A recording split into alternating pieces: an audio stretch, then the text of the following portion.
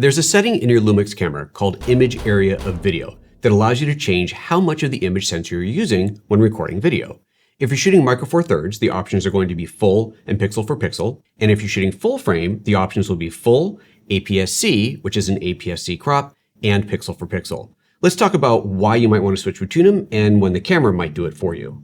This is the LUMIX S1 Mark II, and here you'll see that I have the image area of video options of full, APS-C, or pixel for pixel. First of all, let's just talk about what this actually is. When it says full, it's using the full sensor width, whatever size sensor you have. That means every pixel that's available is being used. Regardless if you're shooting open gate in 6K or just 1080p, it's still using the entire sensor width and then scaling it down to the size that you actually need. With the crop option, you can tell it to use less of the sensor. Why would you want to do that? Well, in some cases you choose to, but in some you have to. So for example, on the S1 Mark II, there aren't a lot of options that force you into a crop. However, if I scroll through here, you'll see that there's a couple where it says APS-C. Since this is a top-end camera, there's not that many modes that do crop in. On some of the other cameras, you'll find more modes that crop in, especially when you get into the higher frame rate options.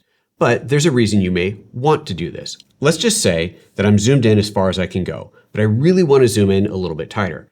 Well, since I have more resolution than I need, 6K wide, but I only need 4K, I can actually crop into the sensor without sacrificing quality at all. And the way that I can do that is by going into the menu and changing it from full to APS-C.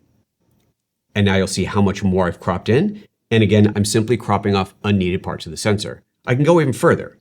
If I go in here and set it to pixel for pixel mode, it'll go just a little bit farther. Barely a difference there because at 4K width, we're almost exactly at 1:1 on the sensor. However, if I was shooting HD, then going 1:1 would give me an even bigger crop.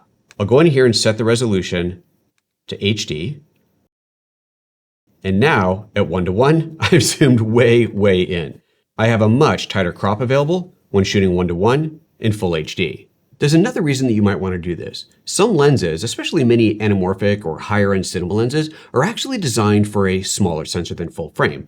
They're usually designed for either APS-C or Super 35. And Super 35 is close enough to APS-C that we'll call it the same. Let me show you what I mean. I don't own a lens that isn't full frame, so I'm going to kind of fake it with this to show you what would happen.